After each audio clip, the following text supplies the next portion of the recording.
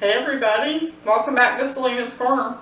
I know it's been a while since I did my last video, but my kitchen has been out of order for a while because my garbage disposal broke. Literally, it flew out in pieces, and it took about 7 weeks to get my apartment maintenance to come and fix my problem. I actually had to go and confront the gentleman to come and take care of it after they told me a month previously that they would take care of it. Anyway, so here we are. So today is March 8th and tomorrow is March 9th, and that is my birthday. So for my birthday, I make my own cake.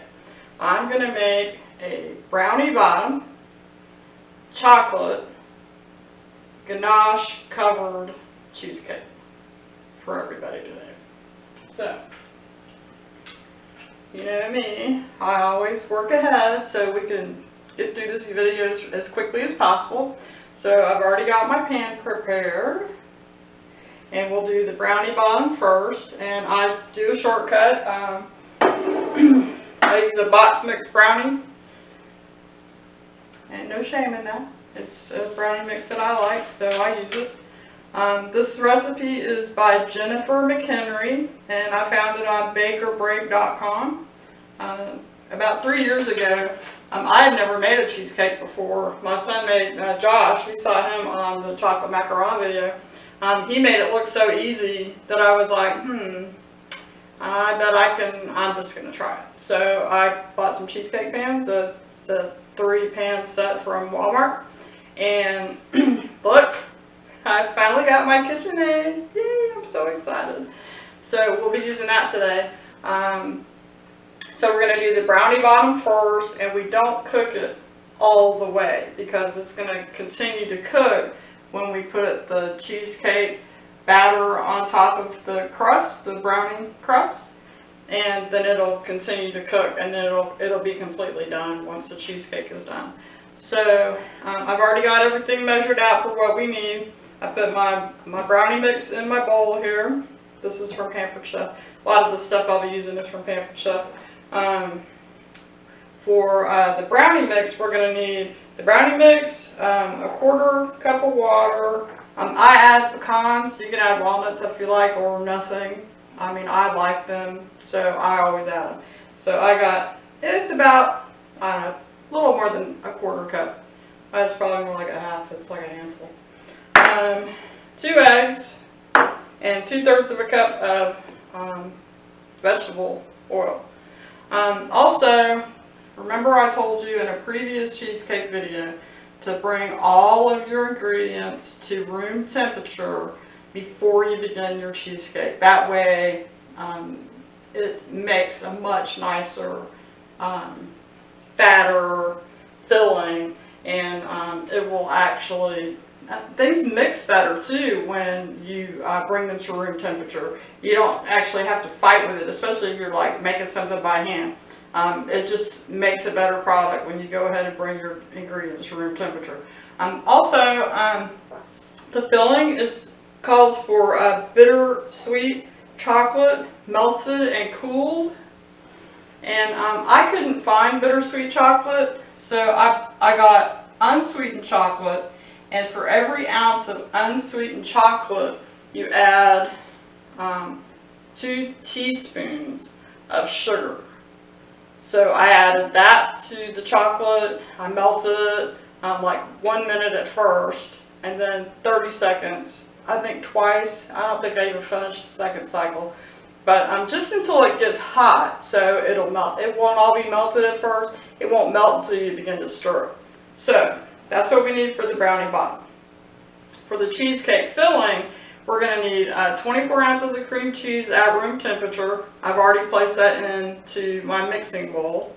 A cup of granulated sugar, a 1/4 cup of unsweetened natural cocoa powder, and I use the Hershey's Special Dark. I don't know why, I just like the way it tastes better when it's mixed into something. I use that for hot chocolate too, and it tastes so good. Oh, and brownies in a mug, or cake in a mug. Yeah, I use the dark chocolate for those.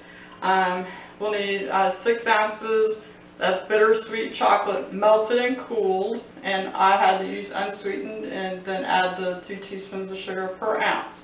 So 12 teaspoons of sugar, 6 ounces of unsweetened chocolate is what I use. I just use the Walmart brand. These are 4-ounce bars. We'll also need that for the ganache that goes on top.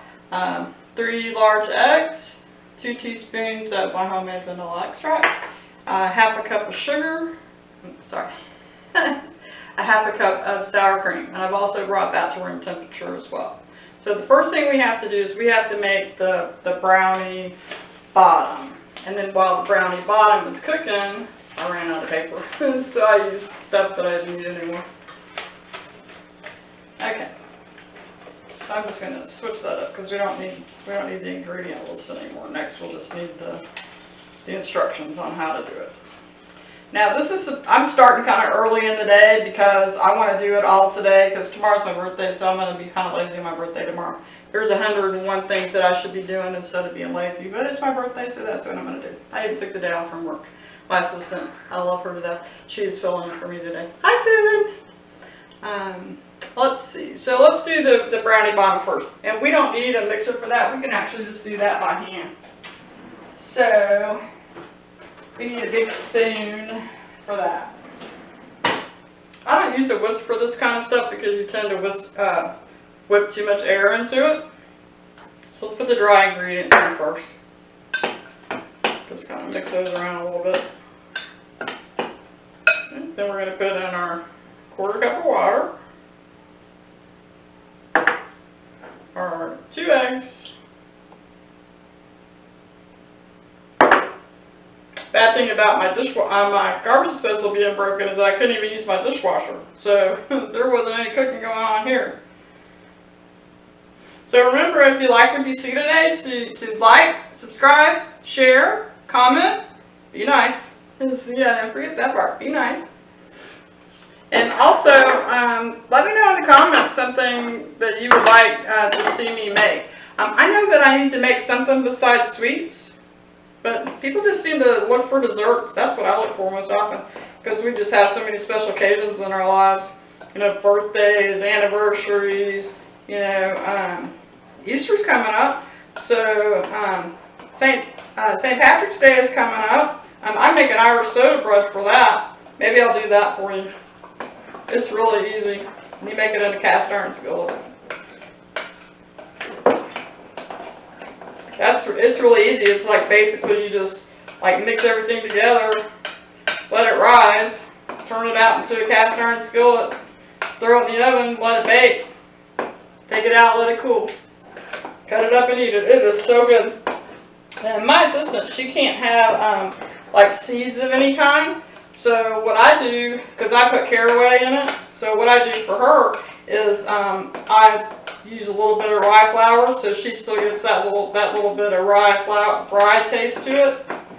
All right, so I think I got everything all nice and mixed up. That's why I like using these glass bowls for a paper chef. Oop, I didn't get to the bottom. I didn't get to the bottom. Let me make sure I got to the bottom now. Still missing it. Let me scrub off the bottom. Alrighty. Oh, got it now? Alright, so we're going to turn this out. I've already preheated the oven. And I lined the pan. And what I did on this is the parchment that I put on the sides. I will not take this out of the pan before I put that on it, so that I can put it on the top and it'll go to the sides and it won't run down the side of the cake and ruin the way the side of the cake looks. Normally I put some salted caramel chips in the batter, but I couldn't find any. I haven't been able to find them in a while. They must have just been like a limited edition. But boy, I tell you what, they were so good. And I put that in here the last couple of years. I'd like to see if I still have a few left over in the cabinet. I don't have any, I'm sorry. But the salted caramel chips in this thing is so good. And they look so pretty on top. I used part of them to decorate the cheesecake. Put this over here in the oven to clean up. Alrighty. So basically with the brownie batter, you don't have to like let the air out of it like you do with a cake, but I'm just going to kind of shake it a little bit just to make sure that it's nice and even in there. Okay, now I'm going to put it into the oven for 20 minutes. And I have the rack in the center of the oven. Hey Google, can you set a timer for 20 minutes, please? 20 minutes, and we're starting now. Made a little bit of a mess there, sorry. Go ahead and put these over here. Alrighty. Just got water everywhere. Okay, so now we're going to make the filling while that is baking. Let me get out a rack. We'll need a rack to put that on when it comes out.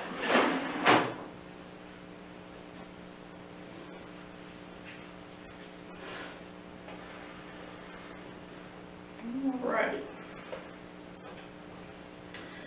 So what it tells us to do is to use the electric mixer on a medium speed to beat the cream cheese, the sugar, and the cocoa powder. Sugar. Guess I should have put that in before I lowered the the mixer.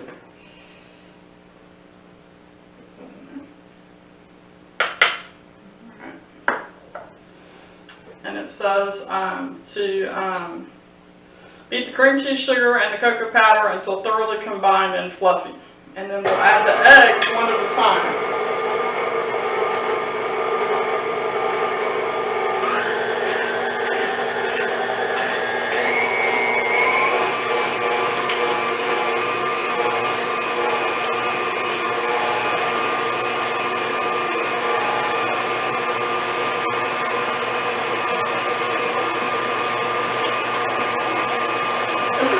Second time that I've used this. I used it to make frosting, my frosting recipe that Joshua shared with you for my grandson's 8th birthday. I made him some little pinata cupcakes. They were filled with mini M&Ms because he's like me, he loves M&Ms.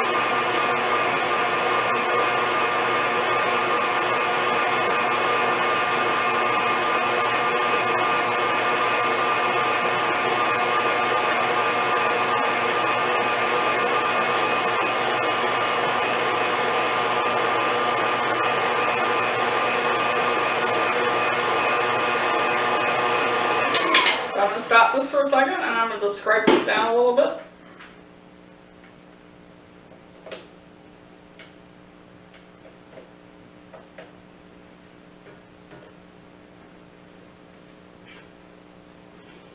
Make sure that that cocoa powder cloud gets all mixed in.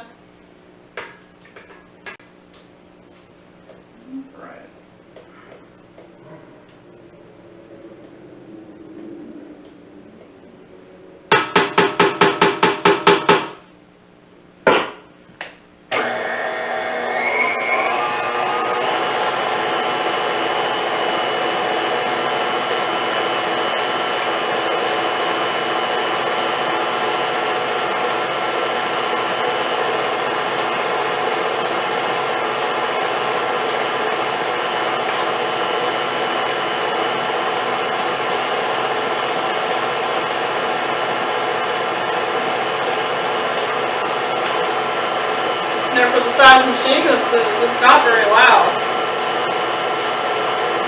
So what I'm going to do for Easter is I'm going to make some marshmallows. I've already made marshmallows off camera just to see how hard they were to make, and it's really easy, really simple. So I'm going to pipe some marshmallows into some bunny molds, and then I'll put some chocolate in some little bunny butt molds and fill that with caramel and marshmallows, and then seal it with more chocolate. And I'll get those out. But the bunny molds, I'm gonna make bunny peeps. Everybody's just raving about them in the Marshmallow Madness group on Facebook. They look so cute too. Right.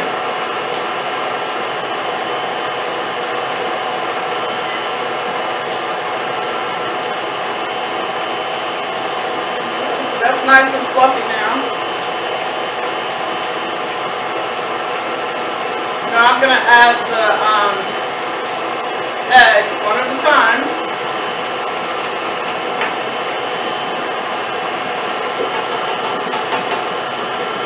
Make sure that each one is completely incorporated before I add the next one.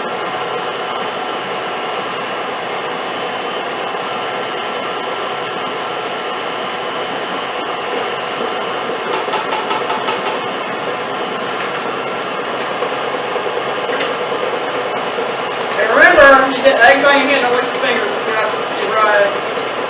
You get you real sick.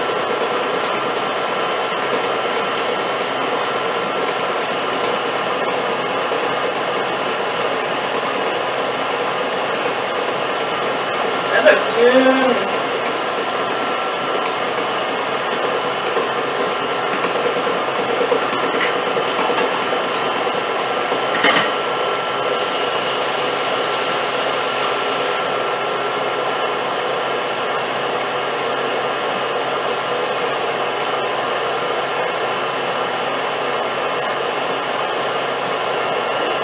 Now it says to add the vanilla.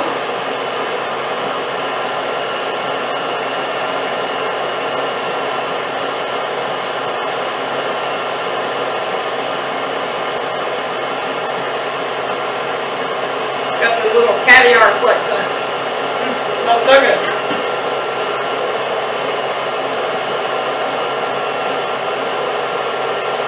Now we're going to mix in the chocolate.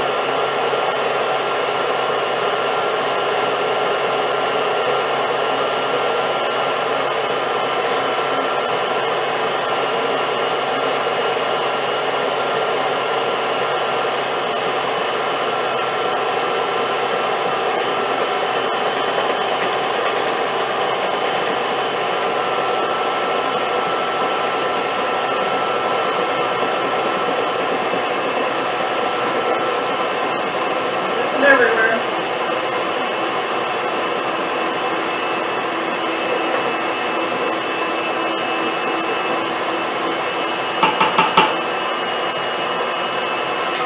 I'm going to stop this for a second. I'm getting chocolate everywhere. I'm going to have to mop.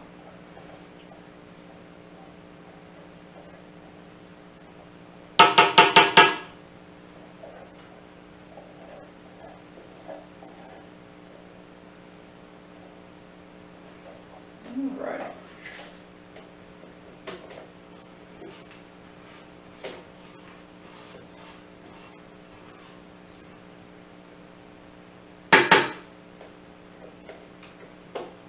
Get all this chocolate off on my spatula.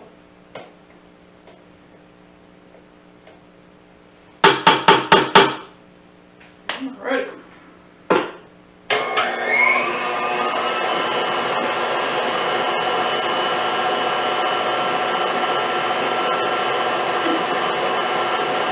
Got chocolate everywhere.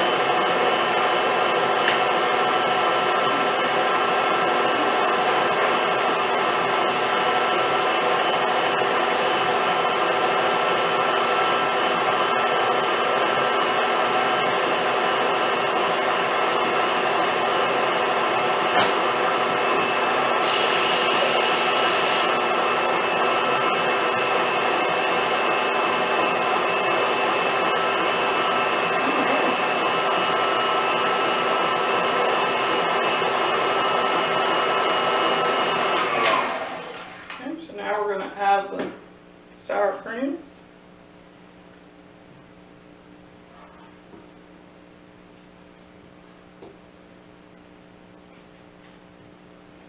Put the chocolate down.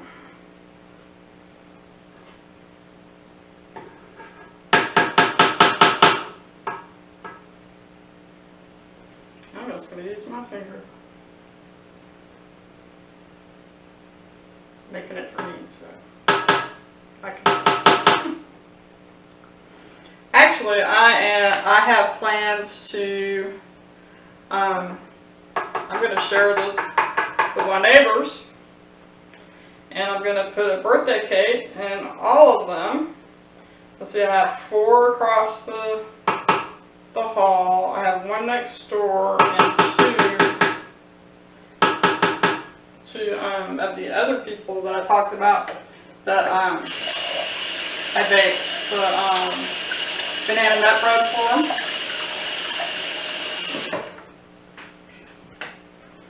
So what I'm going to do is I'm going to take all of them,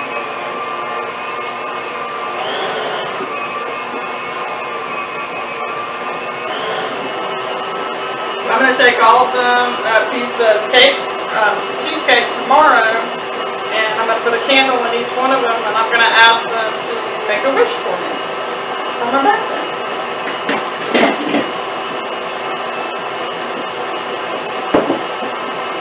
Kind of cheap. Instead of having 1 wish, I'll have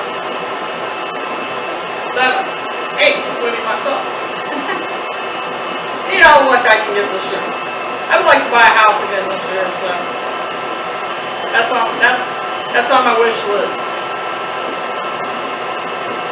No, you're not supposed to tell your wishes, but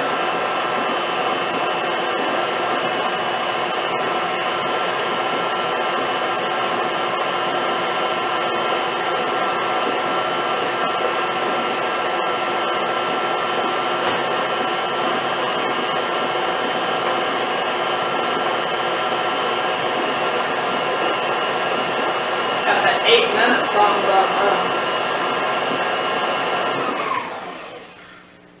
the scrape this down 1 more time, except with a smaller spatula this time.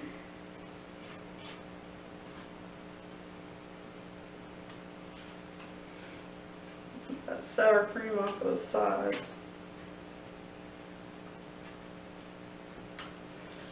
So for me, this is kind of a drawback because my old stand mixer, my Black & Decker, I could actually scrape the sides while it was running. Can't do that with this. Not sure if I like that.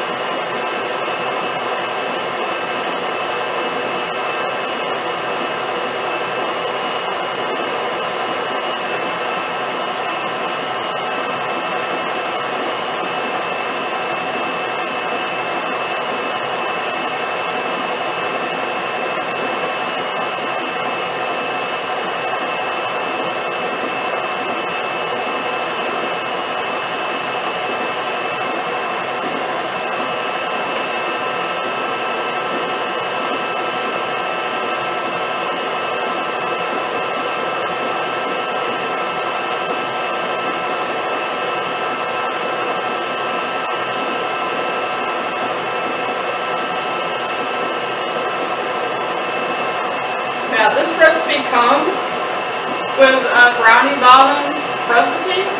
I haven't used it because I like the box mix that I always use. So I think maybe next year or the next time I make this chocolate cheesecake that maybe I'll use her recipe for the brownie bottom. It sounds good. I always had it with sugar, so I'm just gonna set that.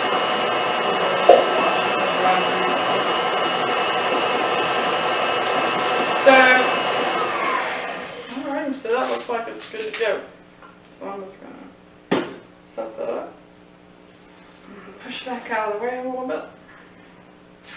So, well, I'm going to cover this overnight, but actually I'm just going to let it sit in the refrigerator today for 6 or 7 hours. Overnight is about 8 hours, so I'll do that instead of letting it sit overnight. So we'll pretend like 8 hours is overnight. So we'll have to tint the cheesecake. So what I do is I fold it in 4s so that when it sits on the pan, it's kind of got like a little tint to it. And then I vent the foil. See? I vent the foil. And the reason for that is the first year that I made this cheesecake, I didn't do that. I didn't vent the foil, and I didn't fix it so that any condensation from the warm cheesecake didn't run like down to the side of the pan. It dripped on my cheesecake, and even though it was going to be covered up, I still was a little upset about the way it looked, because what if I wasn't going to cover it? What if I was just going to, do the cheesecake just like that?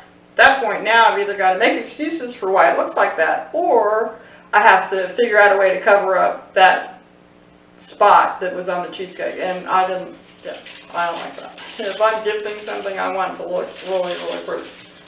So that's what I did the last two times that I made it, and it worked out great. I didn't have any drips on my cheesecake at all.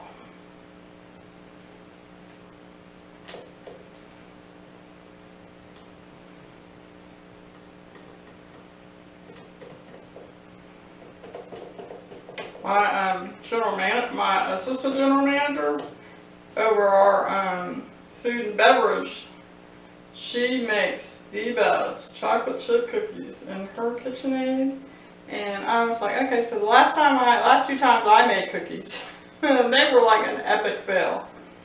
And she was like, well, did you use butter? Yes, I used butter. She goes, well, did you put it in the refrigerator and let it cool? I was like, no, I didn't do that part. Recipe didn't say to do that. She goes, well, just put it in the refrigerator and let it cool.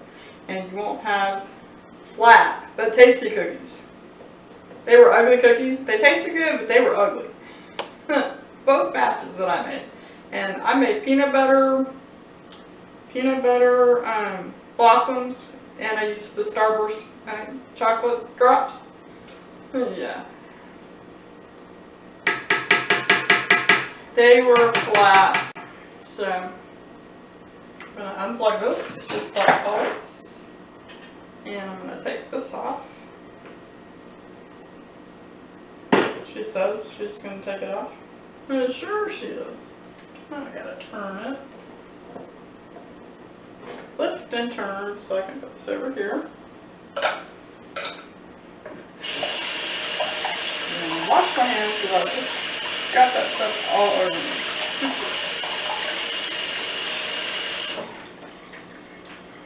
So let me know in the comments what kind of things that you would like to see me make, because I cook all kinds of things. I'm Southern born, so I know how to make a lot of Southern style dishes, like chicken fried steak, fried chicken, if that's what you like. Maybe you're from the north and you love it, but you don't know how to make it. I'd be happy to show you how to make it.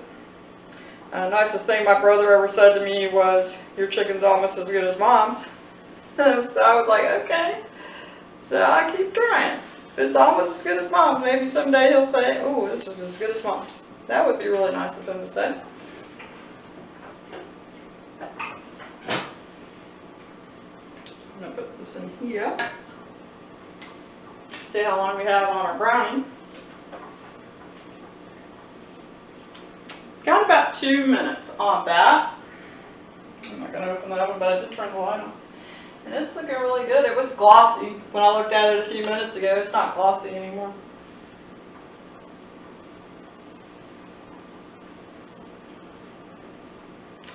So I'm trying to think of what kind of meals that I can make for you. I like one-pot dishes a lot because I don't like to make a big mess in the kitchen at mealtime. I like it to just be like quick and easy.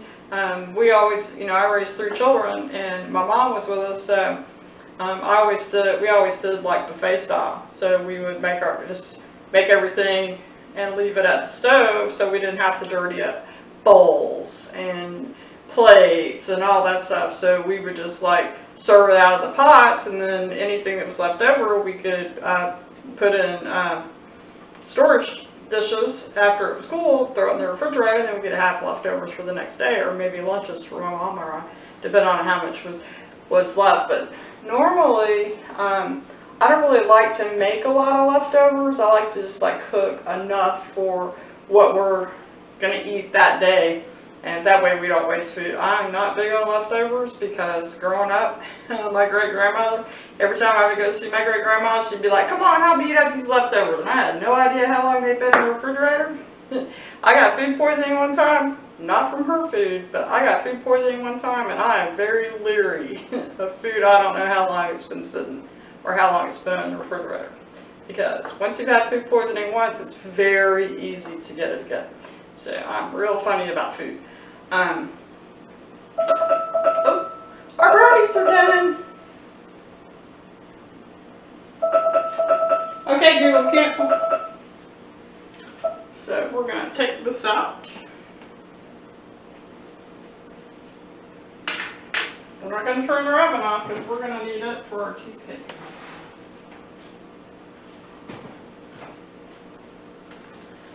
And they're still jelly in the middle because they're not quite done yet. And what I'm gonna take a picture so I can show it to you on the video. I'll take a picture of the batter too.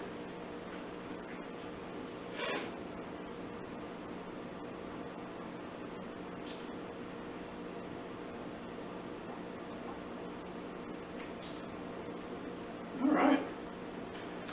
So I'm not big on leftovers for that reason. So let's see. This needs to cool completely. So I'm going to set a timer for 30 minutes. And of course I'm not going to talk to you for 30 minutes because I don't want to bore you to death. But maybe I'll do some one-pot dinners, so you'll have a way to make a quick and easy meal. For me, I can make like a meal like I normally would have made for a family of 4, and then take that and put it in those little black storage dishes that I showed you, and then put it in the refrigerator, and then I have dinner for the next few nights. All I have to do is put it in the microwave and heat it up, and I'm good to go. I don't have to cook for the whole week. So that's always nice when you come home from a long day at work. Let's see, what else? I could teach you how to make mixed drinks. I was a professional bartender for many years, so maybe we could do a mixed drink session. Maybe learn about some different alcohols and stuff like that. I just did a brand new vanilla today.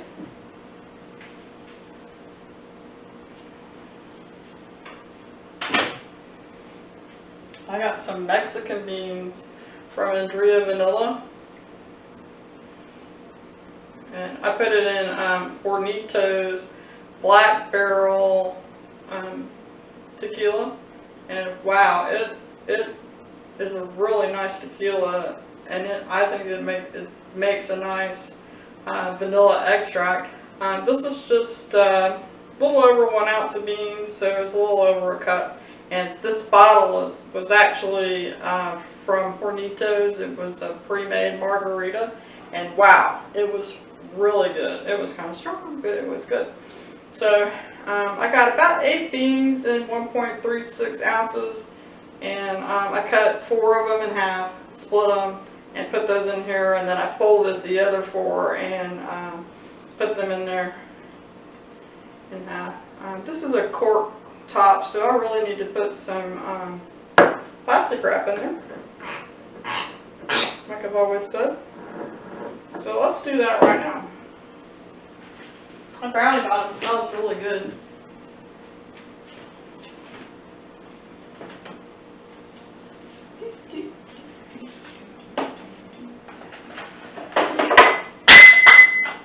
Oops.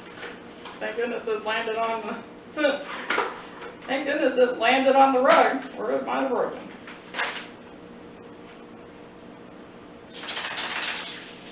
Sorry.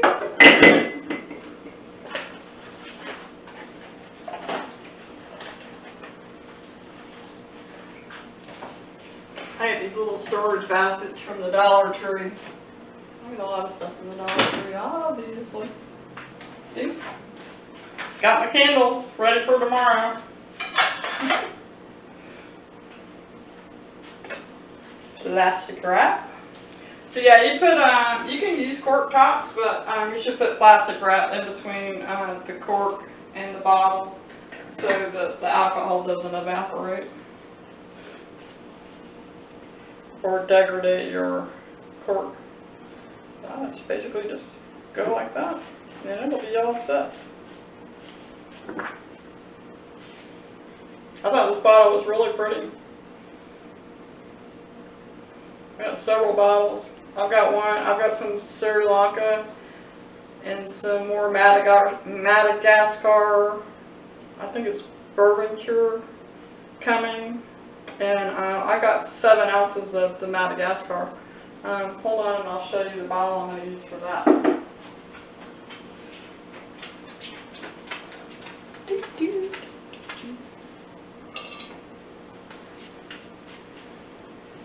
I don't know if you can see it, but it's got a ship etched on the front of it. So 7 ounces of beans will take, can you see it? Can you see it? So 7 ounces of beans will take 7 cups of alcohol, and I'm going to use Everclear, diluted half and half with distilled water. I think that'll be really nice. And I got this wine bottle here. It'll be great. It looks like a little genie bottle, doesn't it?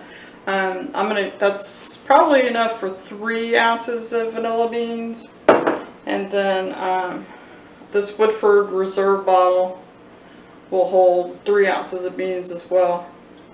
And I love this bottle. I just think it's so pretty. So those are some plans that I have.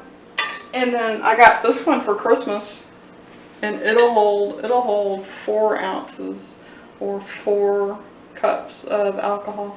And I got the Minerva, I think, is the bourbon cure Madagascar beans, and I'm gonna put that in here.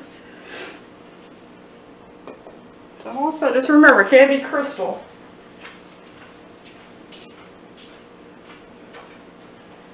All right, so we're gonna let this cool completely, and then we'll put our cheesecake batter on the top of it. And I probably should have waited until the brownie came out and it was cool before I started making that. So I apologize, but I'll be back shortly.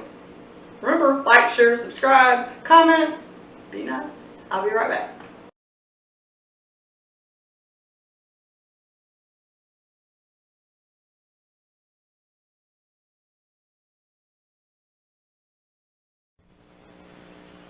Okay, so we're back. The brownie bottom has cooled. I don't know if you can see it or not. I already took a picture of it for you. So one of the tips that I learned a long time ago, well, I read it when I was studying up on how to make cheesecakes, was to put a pan of water in the oven underneath the cheesecake while it's cooking, and that way it bakes more evenly, and it keeps the moisture in the air, and it helps your cheesecake to bake evenly. So I'm going to go ahead and I'm going to put this in, because all I have to do now is I have to put the batter on top of the cheesecake brownie bottom and then put it in the oven.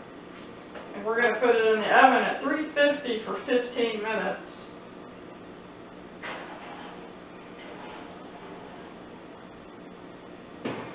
And you're supposed to put cheesecakes in the center rack, or on the center rack.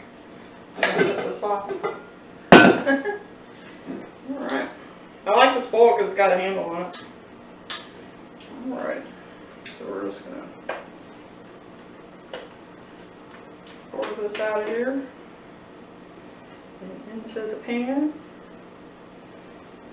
It smells so chocolatey. And it has eggs in it, so don't lick the bowl. And it has raw eggs in it, so don't lick the bowl. No matter how good it smells, don't let the kids do it either. So keep your fingers out.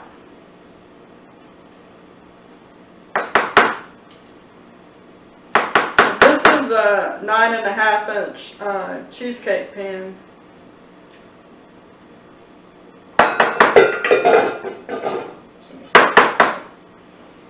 supposed to spread it out nice and even. And unlike a regular cake, we won't bang it on the counter to get the air out. And I like this recipe because it really fills the pan. A lot of cheesecakes are only, you know, like this big, but this one, it's a really nice sized cheesecake. And it doesn't shrink that much after it bakes. Alright, so that's all nice and even. Put that back in there. And I'm just going to shake it just a little bit, just to make sure that it's even to the sides. Not banging it on the counter or anything like that. So now the next step we do, we put it in the oven, 350, for 15 minutes. I'll open the oven. And I already put my pan of water in there. It's kind of heavy, so be careful. We put it on the center rack in the center of the oven. Now we're going to set a timer for 15 minutes. Hey Google. Hey, can you set a timer for 15 minutes, please? 15 minutes, and that's starting now. So, what I did while I was waiting for that to cool off, did my birthday nails. It's called Blink by Crust Manicure. I think it's a Kiss product. And I did the dishes. I need to wipe this down because I got it all dirty. So I told you I'm going to make marshmallows for Easter. I think tomorrow I'll do a video on a no-churn ice cream. I've pre-made the creamy coffee liqueur that her recipe calls for. I just used Kahlua the last time I made it. It was really good. Of course, you know I make homemade Kahlua, and I've already given you guys a recipe for that if you want to try it. I'll also post a recipe for this when I make it. I might even make that while we're waiting on the cheesecake, because the the cheesecake takes a couple of hours. So that's the creamy coffee liqueur, and you're supposed to make this 2 days ahead of time. I made this on Saturday, so I could use it today. And I tasted it when I first made it, and it was yummy. So I bet it's going to make a nice ice cream. But it's no-churn cappuccino ice cream, so maybe we'll do that while we're waiting on the cheesecake, because the cheesecake has got to bake for 2 hours once we've reduced the temperature to 200 degrees. So, and then after the 2 hours, we'll turn the oven off and we'll leave the cheesecake.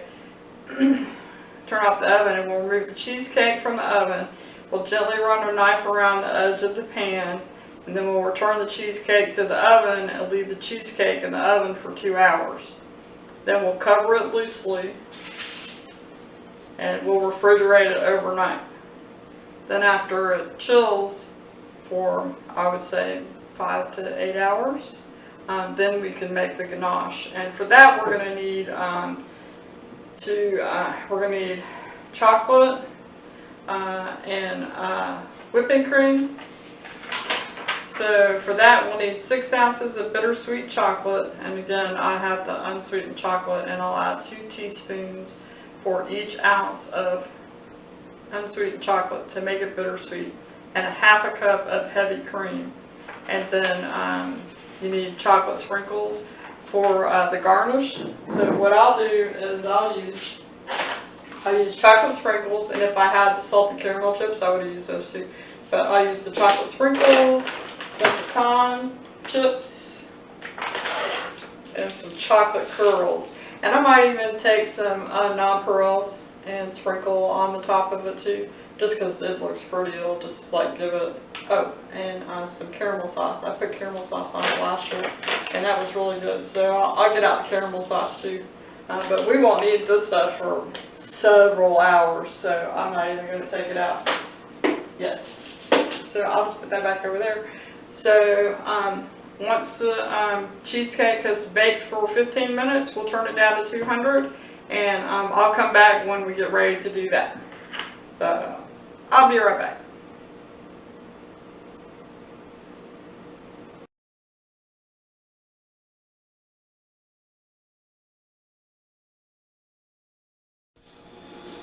Okay, so 15 minutes is up, so now we have to turn down the oven to 200 degrees. So I'm basically going to turn my oven off and turn it back on. And I'm going to lower the temperature to 200 degrees Fahrenheit. I work in Fahrenheit because I'm in the United States and North America. I'm going to press start. So, of course it's already ready. So it has to bake for 2 hours. And then we'll turn the oven off. And then we'll remove the cheesecake and we'll gently run a knife around the edges of the pan. And I don't really feel like I need to do that because I put the parchment paper in there. And I put it in there so that it's actually the parchment paper that I put around the side of the pan so it doesn't stick to the sides of the pan. I actually trap it in between the bottom of the cheesecake springform pan and the springform side itself so that it doesn't move when the cheesecake bakes or when I get ready to take it out. It'll still be on the side of the pan. So we'll do that in 2 hours, and in the meantime, let's make some No-Churn ice cream. Let's see. Hey Google, can you set a timer for 2 hours, please? 2 hours, starting now. So I got this Talente organic gelato, brown butter caramel, just so I could have the container for small batches of ice cream. It holds 1 pint. So my little ice cream maker, hold on a second.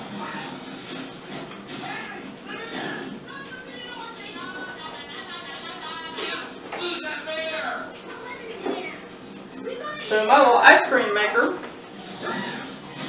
it's a Nostalgia electric ice cream maker, makes 1 pint of ice cream. So I didn't really have anything to store 1 pint of ice cream in. So I just bought this, and this gelato was amazing. It was really good. And also, I'm not really sure, I don't remember how much this ice cream recipe makes. But I got this jelly bean cotton candy. It was out for Easter. I love cotton candy. I don't know about you, but I love cotton candy. That might be the next one of my little novelty machines that I buy, nostalgia machines. I got the peanut butter machine a couple weeks ago for like $5 at the thrift store. So I emptied this in case this isn't enough for this. So I have both of those out. So for the No-Churn cappuccino ice cream, we're going to need, I'm going to do it in a hand mixer so you can see, because you have to beat it until soft peaks form, so you can see what soft peaks look like. These things come in really handy. And I'm going to use the whisk attachment.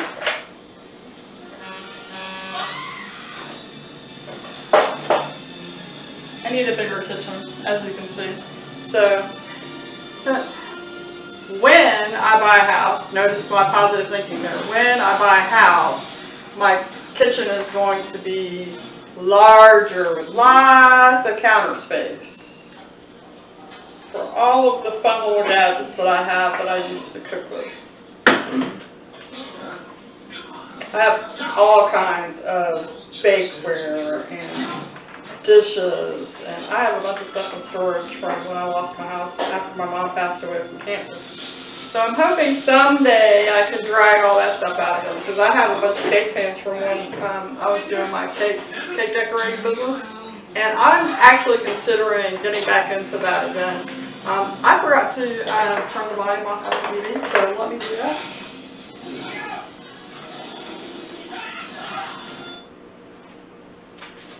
Sorry about that, I didn't realize it was still on. I apologize. I'm watching over the hedge. I love kids movies. Okay, so for the No-Churn Cappuccino ice cream, it says to make the coffee liqueur 2 days before making the No-Churn ice cream. Basically, it was heavy whipping cream, some sugar, and I used espresso powder, and I think that was all. And you heat that to not boiling, but until it's hot. I'll post a recipe to that too. The first time I made this, I just used my homemade Kahlua. And, it was really good. It was a little boozy, and I liked it that way. And this is actually got vodka in it. So after it cools, then you add a 1/4 cup of vodka to it, and it's a creamy coffee liqueur. My Kahlua is not creamy, but this is, and it is really nice. So it tells you to make that 2 days ahead. So I made that 2 days ago on Saturday. Today's Monday, and I like to have, just have something a little sweet around, so I don't go overboard, eating, go out and get something to eat that I probably shouldn't be eating. So I have, just a little something around, and like 4 or 5 bites of it, I'll put it back in the refrigerator, in the freezer. 4 bites, put it back in the refrigerator. Probably a couple weeks before it's gone. So yeah.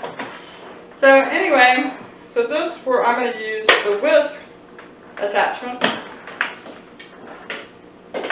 and so it says in a medium bowl, beat the sweetened condensed milk, the cream, and the coffee liqueur until soft peaks appear.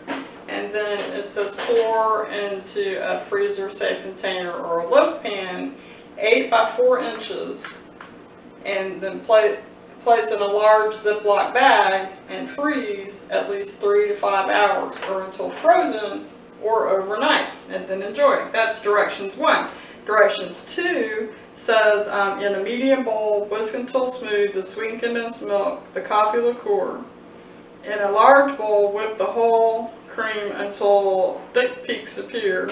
Fold the sweetened condensed milk mixture into the whipped cream until smooth. Then pour into a freezer-safe container or a loaf pan, 8 by 4 inches, and place in a large Ziploc bag and freeze at least 3 to 5 hours or until frozen or overnight. Enjoy. And it even gives the nutrition breakdown at the end of the recipe, which is really nice. I like recipes that do that. So we're doing method 1 because it's the fastest and the easiest, in my opinion. Okay, so for this we need 3/4 of a cup of sweetened condensed milk.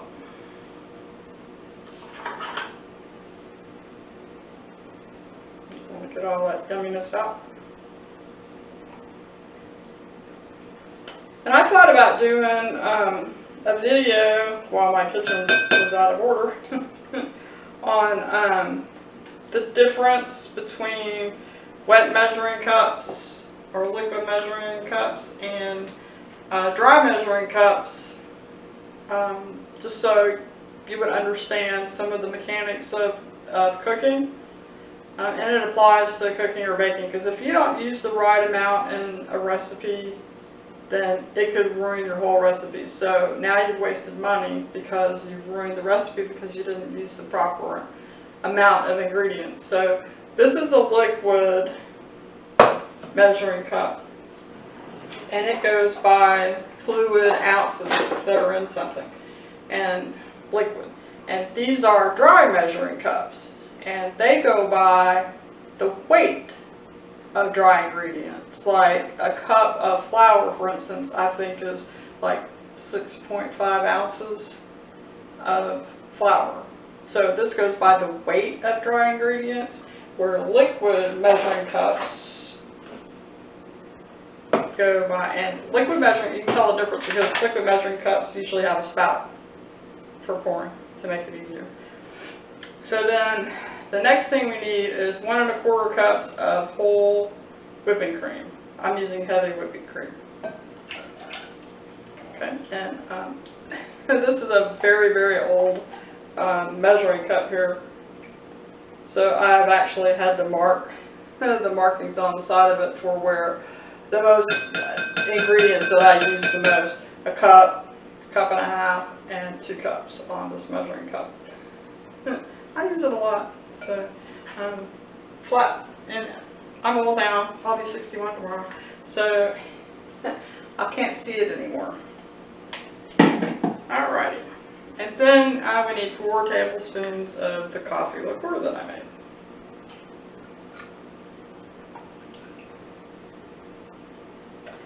I thought this would be good with Tia Maria too. I saw a recipe, a homemade recipe for that the other day, and I was like, ooh, that sounds like something. There's something else I'd like to make. I really like coffee, if you can't tell. Tia Maria is a coffee liqueur. Alright. So we're supposed to beat the sweetened condensed milk, the cream, and the coffee liqueur until soft peaks appear, and this one is noisy, I apologize. But it doesn't take too long. We'll start out slow.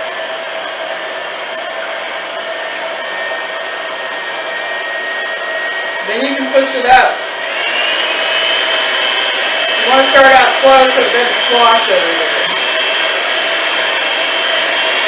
And when you're doing whipped cream, and you want to get peaks in it, either soft, medium, or stiff, you have to blend it on high.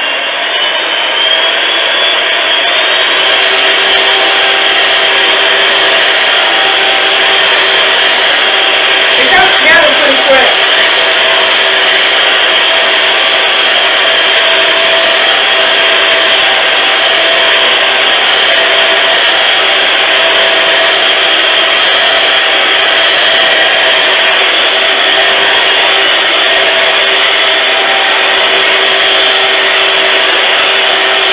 It's already starting to thicken up.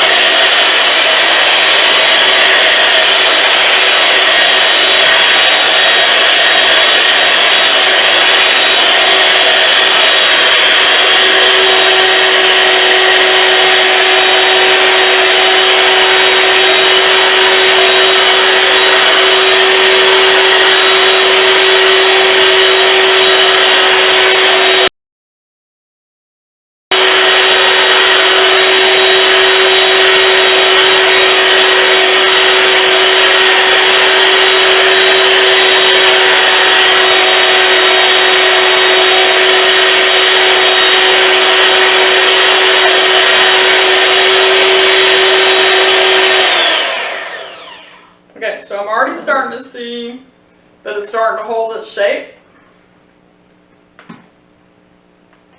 And when I lift the beaters up, see how when it comes up, the little peaks just kind of fall over a little bit? But I'm going to mix it just a little bit longer. Start out slow, then push it up.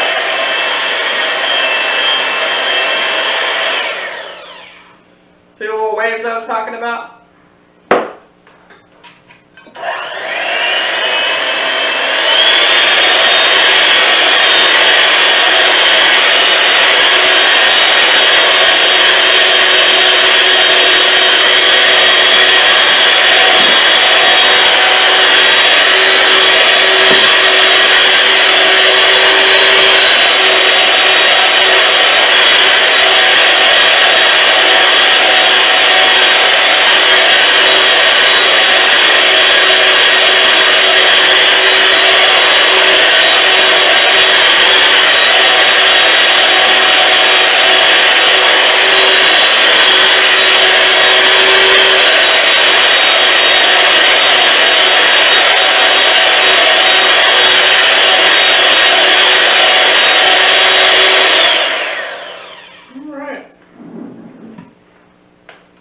So when I pull it up, it stands up, it stands up, it stands up, and then it just kind of tips over on the tip. So those are soft peaks. If they were stiff peaks, it would stand straight up. It wouldn't have the little fold over like this does. All right, so I'm thinking that that's pretty good. So I'm going to go ahead and unplug this. So I have to press this to get it out, and I'm afraid I turn it on while I've got a hold of it. I actually whipped my hand through the other stand mixer that I have one time, thinking that it was unplugged, and it wasn't. Yeah, so my hand was messed up for a while. I'll put this away in a second. I'm just going to set it out of the way for now. All right. So it's a nice, mellow beige. And when I did the Kahlua, it was just a little bit of a darker color. So I think this is going to fit in here. So I'm just going to pour this in here. And I'm going to pat it down. I have the air. So I can try to fit all of it in there. And if it doesn't all fit in here, then I have my other little container. Then I'll have 2 containers, right? This doesn't have rice in it, so you actually taste it. That's nice. The coffee liqueur gives it a nice cappuccino flavor. Alright.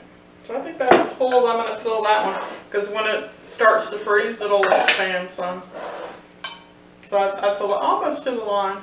So I'm going to use my other little container here.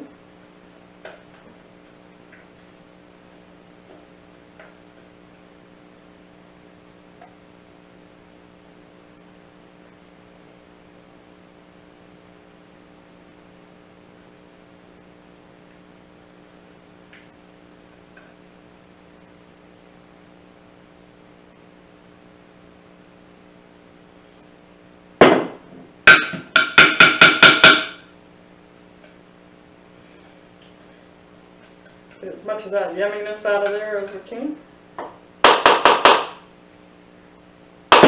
Some over here like this. I'm just going to tap it down some.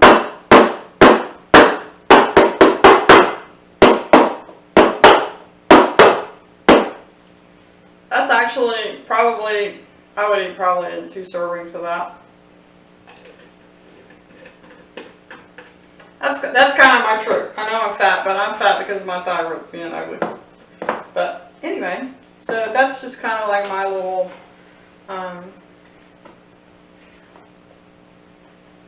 control, how I control, eating too many sweets or whatever. So, I don't eat the whole thing. I won't eat the whole thing. A lot of people just sit down and eat the whole thing. No, don't do that. Just eat it until you're like, oh, okay, so my craving for something sweet has gone away. So that's what I do. So anyway, so now we have about, so that actually took like 18 minutes to do that whole thing. And it probably would have taken 25 start to finish with measuring the ingredients out. So I'll post a recipe for that too. And so you can have that, and also to the coffee liqueur. The recipe for this No-Churn cappuccino ice cream has a link to the coffee liqueur, or you can use Kahlua like I did the first time. It was really good, and this is good too.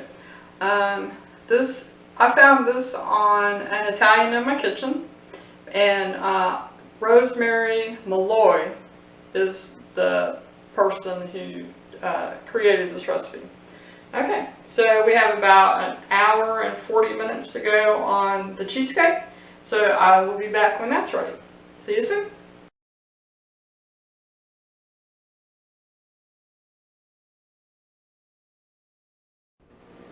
Hey everybody, so we're back.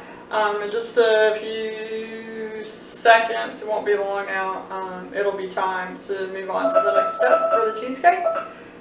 Okay, Google cancel. So it's been 2 hours now, So the next step is that we're supposed to turn off the oven and remove the cheesecake from the oven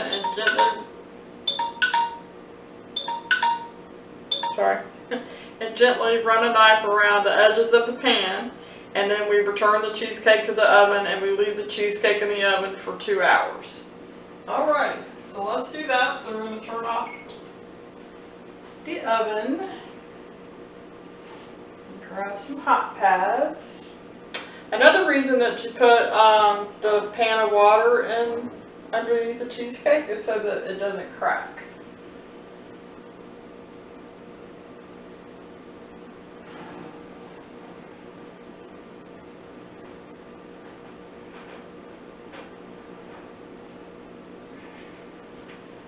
Alrighty.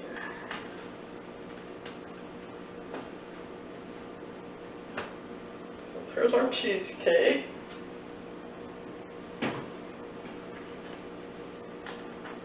Take a picture. It does look like it has some tiny cracks in the top, but that's not going to matter because we're going to put that ganache topping on it, and it'll cover up any imperfections that are on your cheesecake. Alrighty. So the tip that I have about running a knife around a pan that's got a cake or something like that in it is to find the sharpest, thinnest knife that you have and go backwards. Don't go with the sharp edge of the knife, but backwards. So even though I put the parchment paper on here, I'm still going to go around the edge of the cheesecake, just like it told me to, and I'm going backwards with the knife. Because I have found that when I go forwards, that it cuts up the cake or the cheesecake, and you don't want to do that.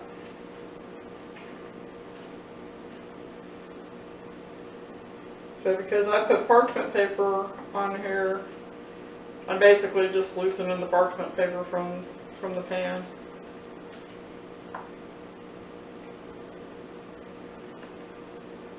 Because my parchment paper is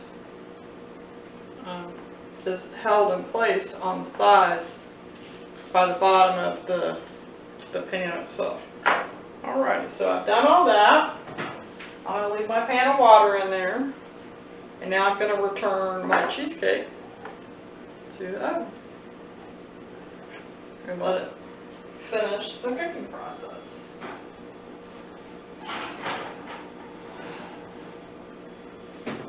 Alright. I'm also going to turn the oven light off now. I did take a picture of it.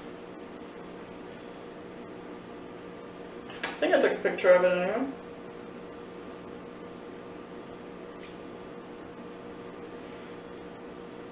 Alright, so I did take a picture of it. Couldn't remember if I did or not. So anyway, so now we're just going to leave that in the oven for 2 hours. And then we'll cover it loosely and we'll refrigerate it overnight for 5 to 8 hours. Because remember, I started early so I could do it all in one day. And so I'll come back in 2 hours and we'll move on to the next step. And I'll show you how I cover this so that the condensation from the warm cheesecake doesn't drip onto the cheesecake itself. Alright. So we're good to go. And we'll be back shortly. Remember, like, subscribe, share, comment, be nice. I'll see you soon.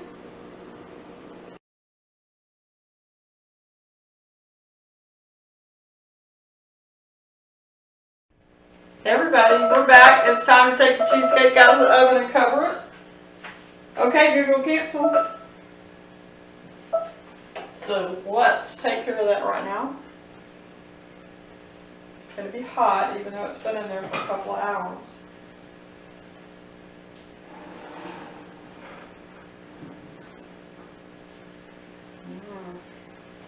Smells delicious. It doesn't have that jiggle to it anymore either. Take this other pan out too. I'm just going to dump it in the sink. Alright. So now what we have to do is we have to cover it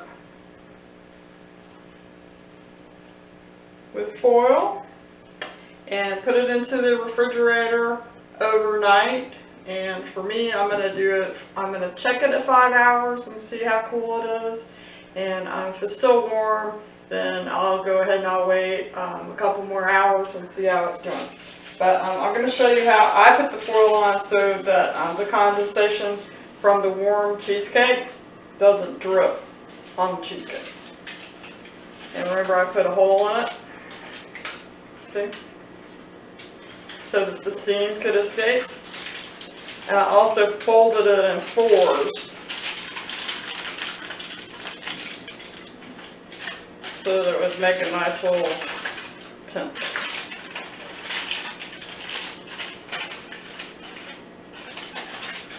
So it would roll away from the top of the cheesecake.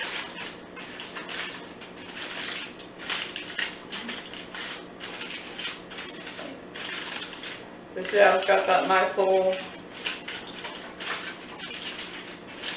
tent-like there? Every time I try to press it down, it just pops right back up, doesn't it?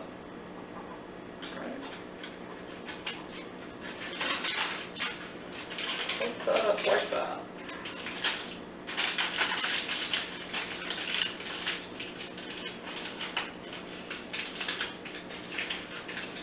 So that should do it.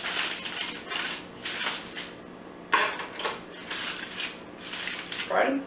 So now I'm going to put it into the refrigerator. I already made space for it earlier, and let it chill thoroughly, because when the cheesecake is cold, that's what will set the ganache that we're going to put on the top of it. And what I'll do is I'll make the ganache, I'll spread it on top of the cheesecake. I'm not going to take it out of the pan until after that is set, so that it doesn't run down the sides of my cake. I'll decorate it at the same time, and then I'll put it back in the refrigerator for 10 minutes and get that to set up, and then it'll be ready to cut and deliver out to friends. So as soon as it's ready to put the final touches on it, I will come back again. This is kind of a long video because cheesecake takes a while. So remember, if you like what you see today, like, share, subscribe, comment, be nice, and I'll see you in just a little while.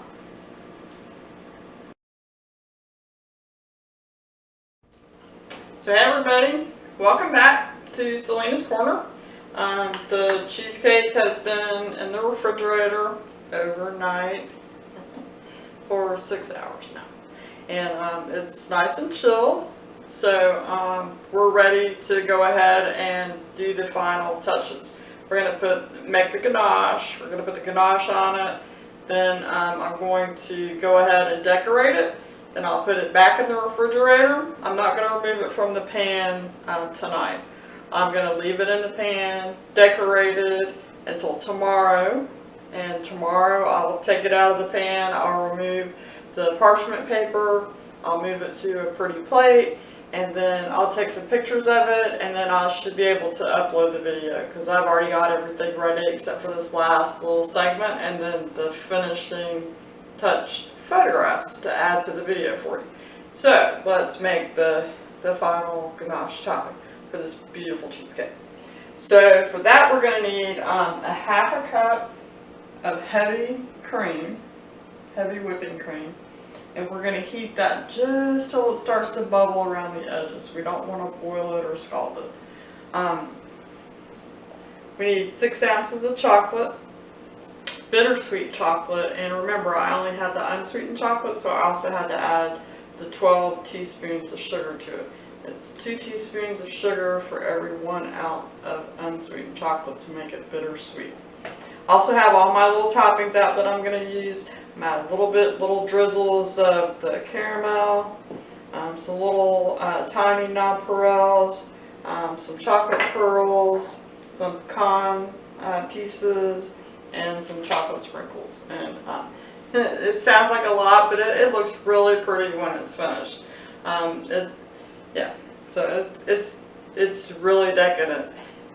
Trust me, this cheesecake is really good. It's worthy of all that decoration. So let's get started on our ganache. So we're just gonna go ahead and I'm gonna put this on medium, and I'm just gonna stir it the whole time. It doesn't take long for this to heat up because there's just a little tiny bit in here.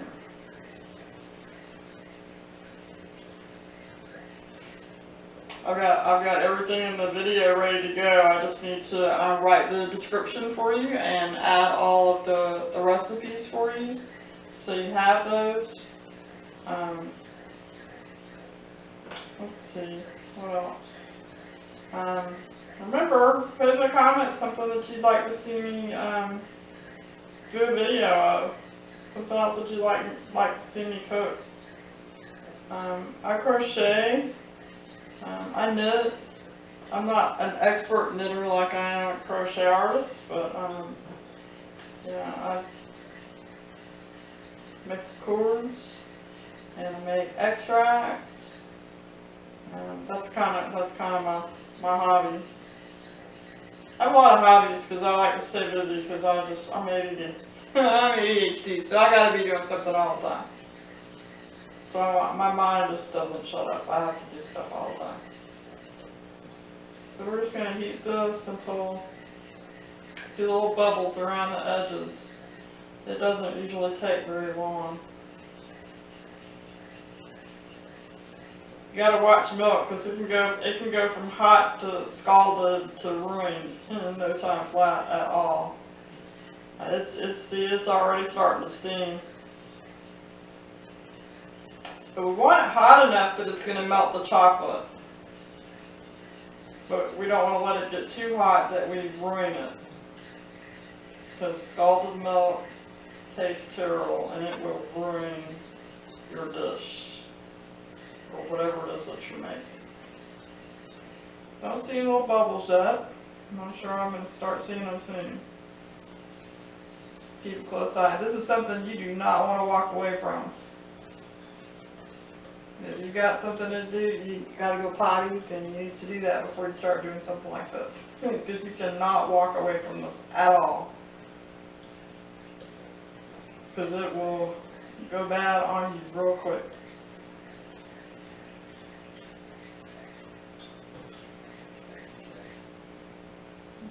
Alright. Start to see some little bubbles now. So I'm going to go ahead and turn the heat off. Now I'll bring it over here. And I'm going to pour it over my chocolate. Okay. You need to have a heat-proof bowl. And this Pampered Chef bowl that I'm using is heat-proof. And you're gonna whisk it until all the chocolate is melted.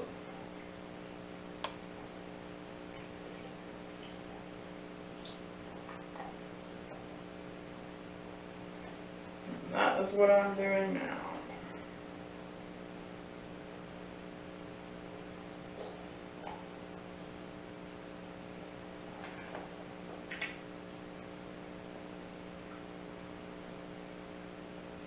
Doesn't take much to melt chocolate. So, like the chocolate that I melted for that, did less than a minute and a half. Doesn't take long at all. Plus, it helps if you crunch it up in smaller pieces than just the little squares in the bars.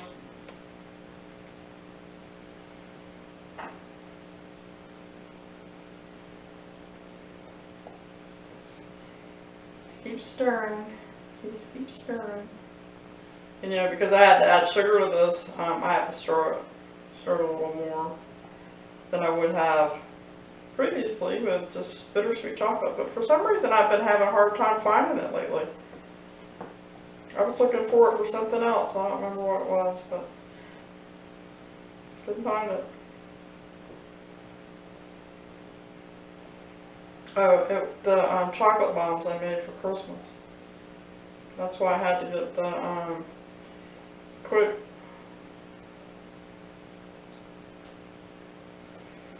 quick candy, quick coat. So this is starting to thicken up now. Chocolate's almost melted completely.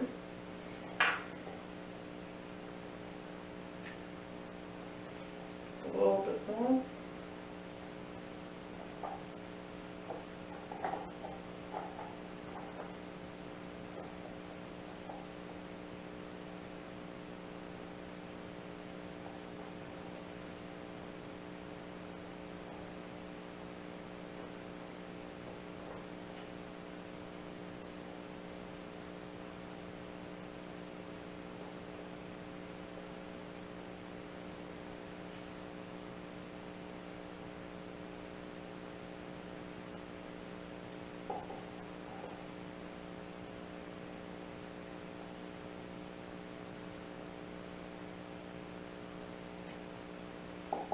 Alright,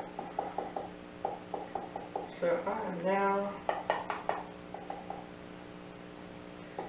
going to take this and I'm going to spread it on top of this beautiful chocolate cheesecake.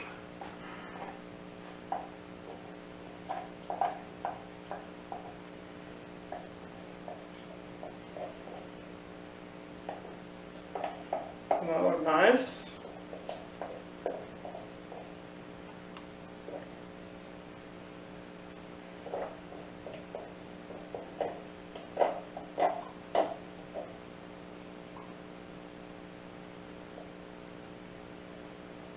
Alright.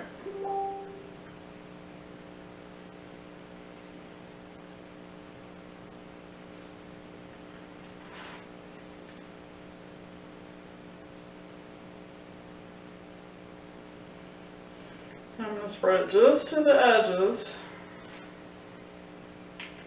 so I have a nice even layer on the top. And after I refrigerate this, this will actually get hard. And that's why I'm going to add the decorations so that they'll actually stick and they won't roll off. Turn this around a little bit.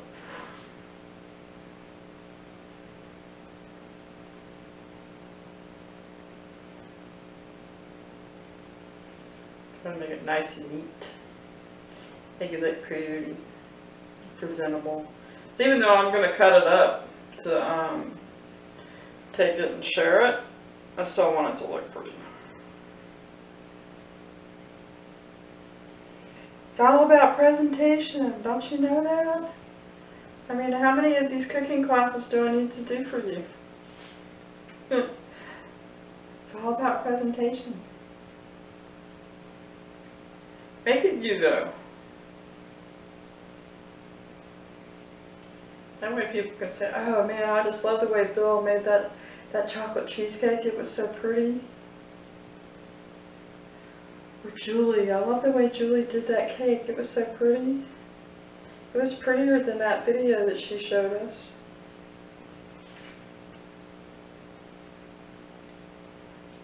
Alrighty.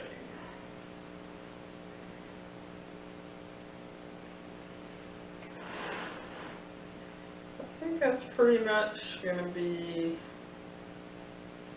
as even as it's going to get.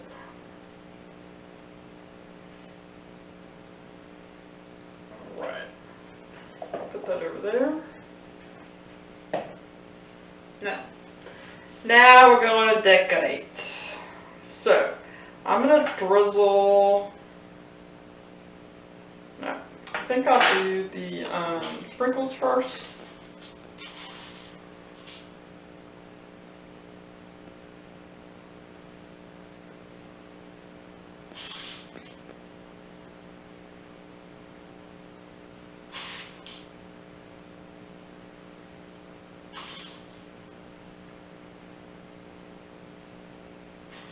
So we're just saying, it had this random red sprinkle in there when I opened these up. I was like, oh, okay, so I must have got my Christmas sprinkles all mixed up in here. Okay. So now I'm gonna do my pecans or my pecans. However, pecans, however you would like to say it. I'm Southern, but I still say pecans. Don't know why. Because every Southerner I know says pecans.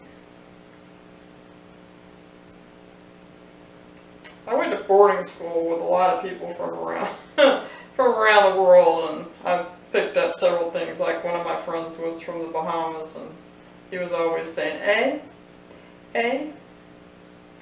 We picked that up a lot. So I think now I will drizzle my caramel.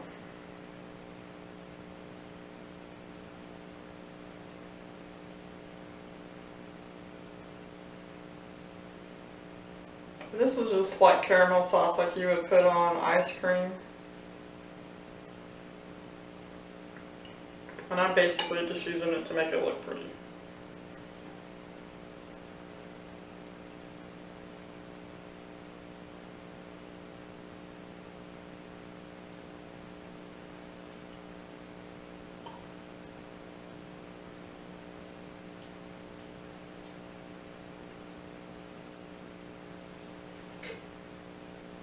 Doesn't have to be perfect.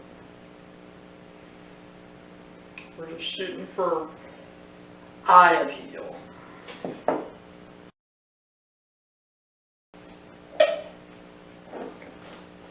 Don't need to wipe that off. So the top doesn't get stuck next time I want to open it. I might want to tell you, maybe I should have cleaned that off. Okay, I'm going to do the chocolate curls now.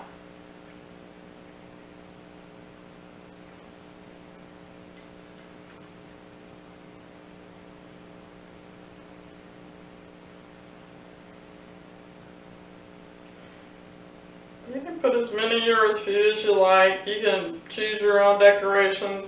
The recipe just calls for chocolate sprinkles. But yeah, I'm just like all about doing things my way. That's half the fun of cooking. It's like Josh says, just get in there and do it. And my hand is wet, so I want to make sure it's dry before I touch these little nonpareils.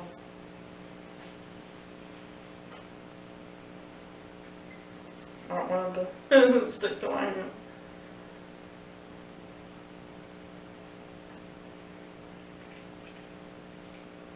That is exactly what I was looking for. That has just a little bit of fancy to it.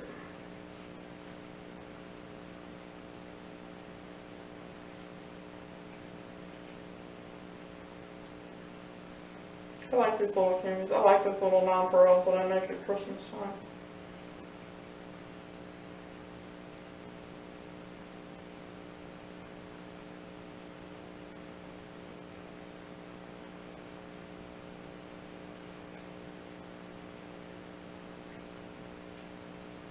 Right. So I think that's all that I'm going to add.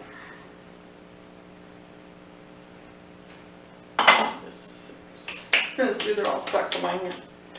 Alrighty, so I don't know if you can see it or not. Try to tilt it so that you can.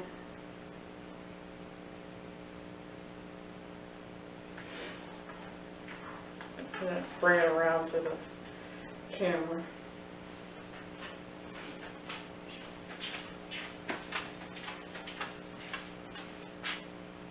You see it?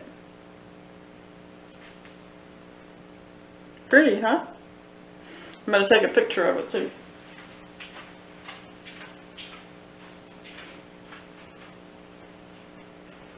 Alright. So I'll put this back in the refrigerator, and this time it actually will be overnight because I'm not going to cut it until tomorrow. So let me take a picture of it before I cover it up and put it back.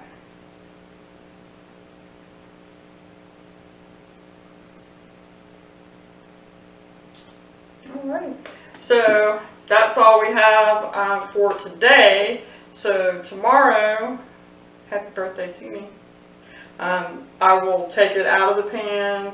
I will take the parchment paper off of it, I'll move it to a pretty plate, and I'll take another picture of it before I cut it up and take it and deliver it to my friends. But I just wanted to say thank you. I appreciate you coming and spending time with me today at Selena's Corner. If you like what you saw today, please, subscribe, like, comment, be nice, share with your friends. Let me know if there's something that I can make or teach you how to make, or something you'd like to learn about. I would be more than happy to do a video on it. If I'm not sure of it, I'll research it before I do a video on it so that I'm not giving you bad information. So anyway, thank you. I'll see you next time.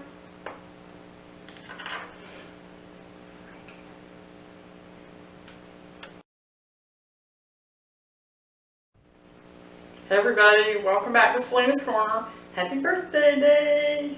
So I decided last night that the way I was going to end the video really wasn't the right way to end the video. So what I'm going to do is I'm going to cut up this cake and get it ready to take to all my neighbors, to share with all my neighbors. So let's unpan this gorgeous cake. I love this recipe so much, and I know that you guys will love it too. So let's get started. Maybe. All right.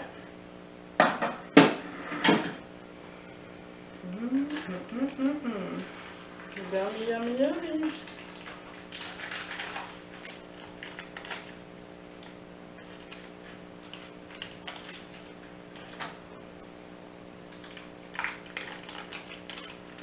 See why I left it in the pan now? So that beautiful topping wouldn't run down the sides. Ooh, isn't that pretty?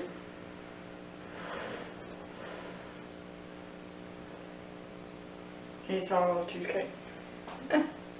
Okay, so I am going to take a picture right quick. Got chocolate everywhere already. I'm just a messy cook. Take that piece and just break it up a little bit.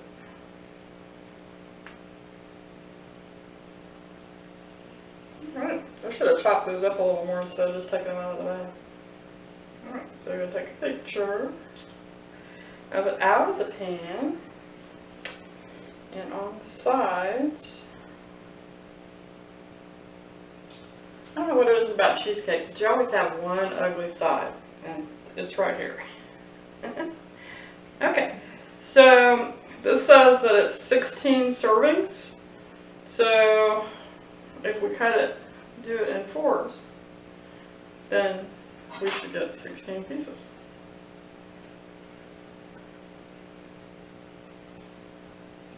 I might have to wait till it's cooled a little, or warmed up some, to be able to cut it, because it is rock hard. Alright, there we go.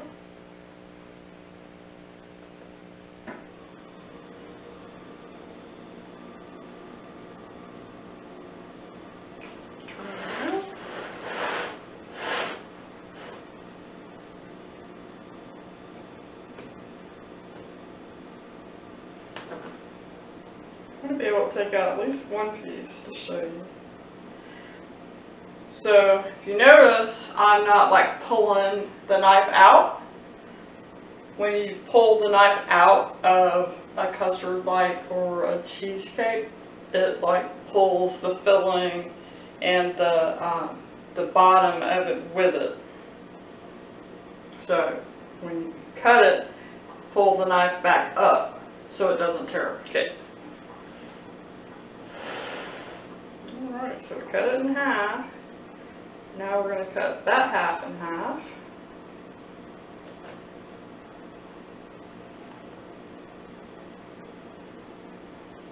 Ooh, the caramel's gooey. I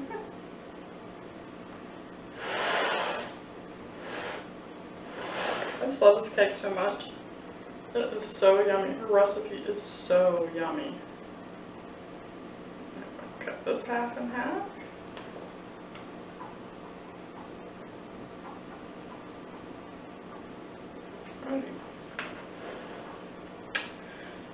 we have 4 pieces, right? You're going to see it like this, right?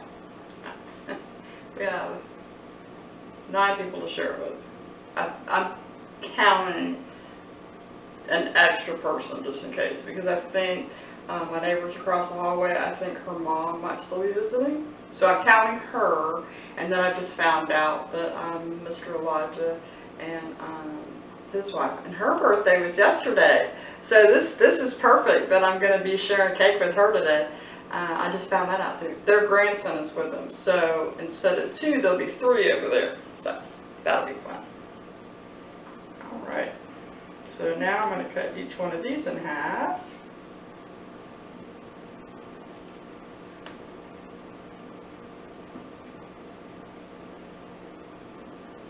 Yes, I clean my hands before I start. You know what I always do.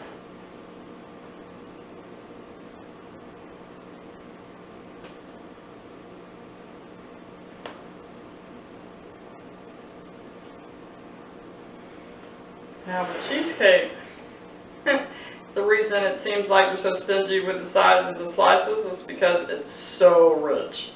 You really don't even need a big piece of a cheesecake at all.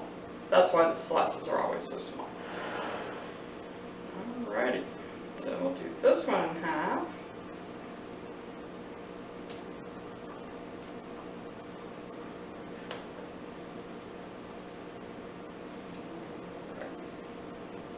I think at this point I'm just going to go ahead and warm up my knife and clean it off and do these last few pieces.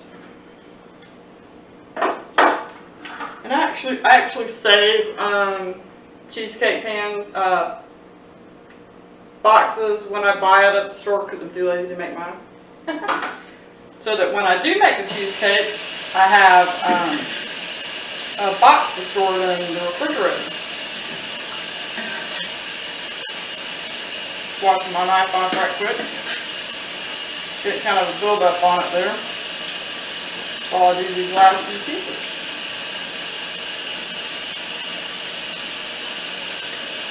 Alright. And that's actually, and when you're wiping a knife off, don't put it blade to the cloth. I always turn the blade away. Alrighty. So now we're going to cut these pieces in half, and we should have 16 slices. Yeah, no, I told you guys I don't math.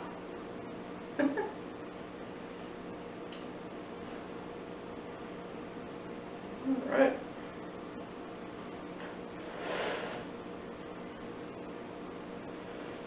Let's see, I'm going to try this one. So it looks like that one's kind of squished into pieces.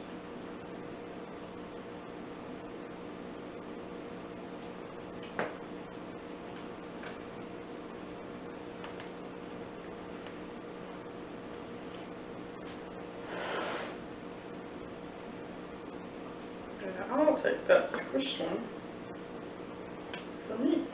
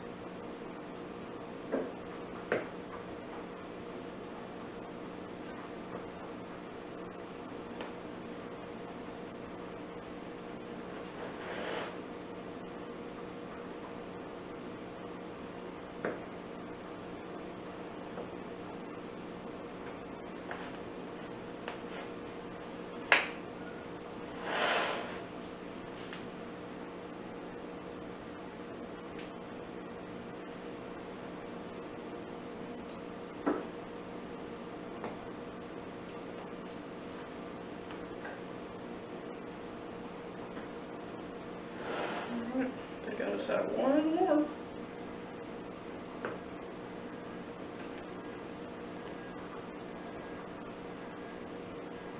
Alright, so now it's all chopped up. We're gonna have a little taste. Oh, so good. sour cream really adds something. Okay, so I put my fingers in my mouth, and now I have to wash my hands.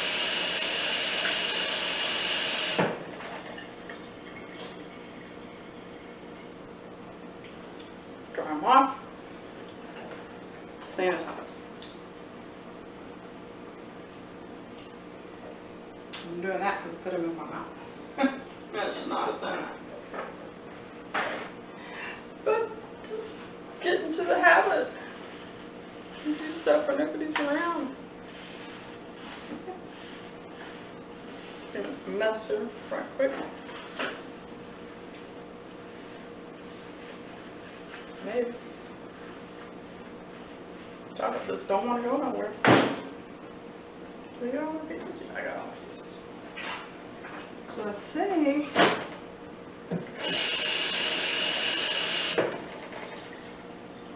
I have a cake server somewhere. Somewhere I have a cake server.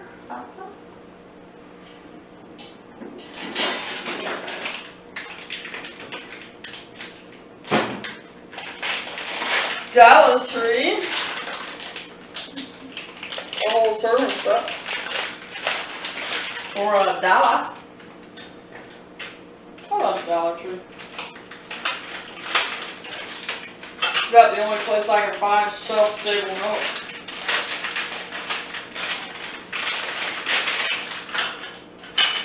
Which I absolutely love. It's like, it's one of my hurricane crooks. We got one for cake and pie, and one for, you know, like, maybe casseroles or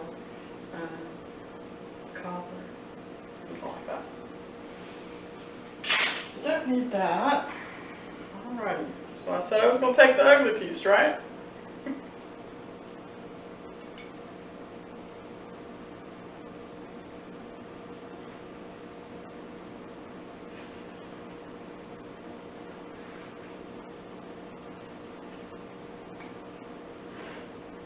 Sure I am. Might need to get a fork because the pieces are so small. Let's do that. Get a fork.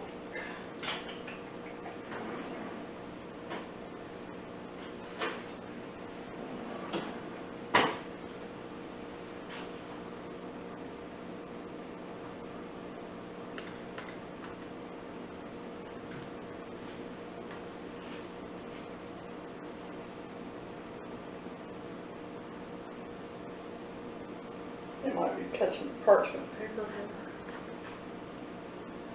I'm having such a difficult time.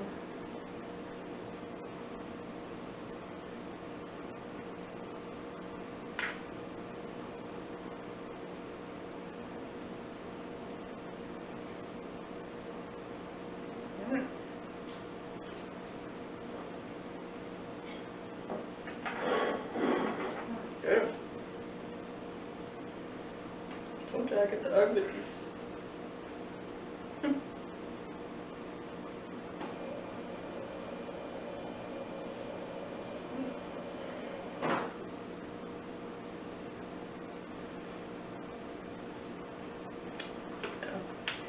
Yeah, I was getting some of the parchment paper in there.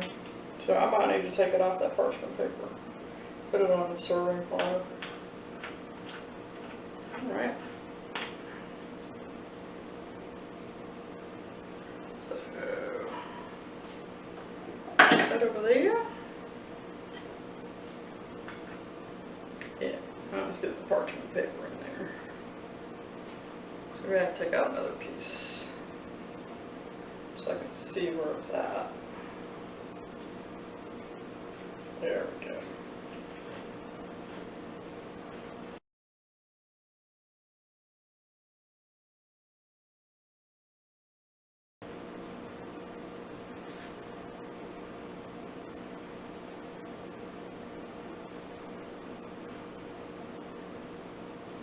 This don't want to come out because of that piece of parchment paper. I got two ugly pieces. Alright.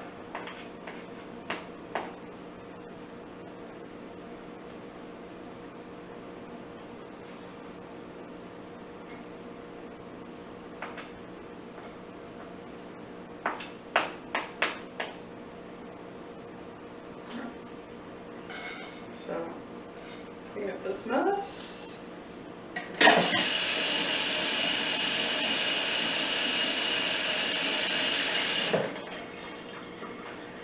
Take a pizza.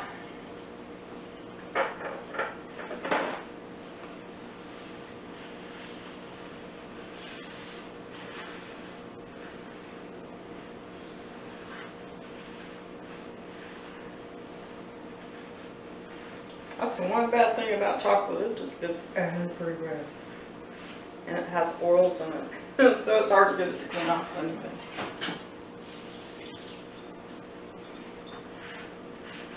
Gotta have it looking pretty for the picture. Gotta have it looking pretty for the picture. Alrighty.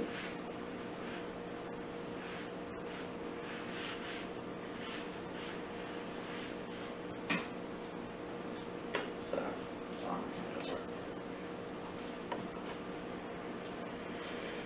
take the picture of a cut.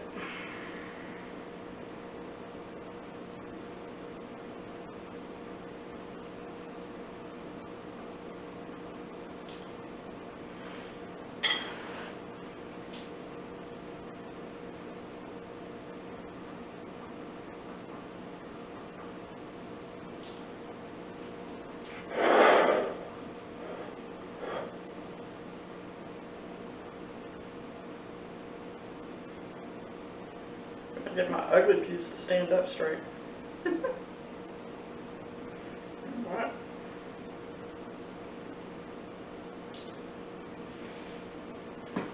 Okay, so one last thing we're going to do before I end this video today is I want you guys to share my birthday wish with me today. So we're going to light the candle, and on the count of 3, we're going to make a wish, close your eyes, make a wish, and then I'll blow out the candle for us. Ready? 1, 2, 3, make a wish.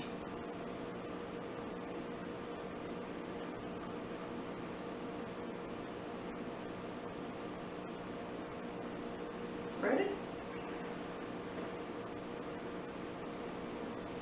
So I hope all of your wishes come true. I appreciate you spending time with me at Selena's Corner and having patience through me cutting this cake. Probably before I should have. I should have let it warm up a little bit first. But I'm about to upload the video, so remember, if you like what you saw today, like, share, subscribe, make a comment. Please be nice, and have a great day, and I'll see you next time.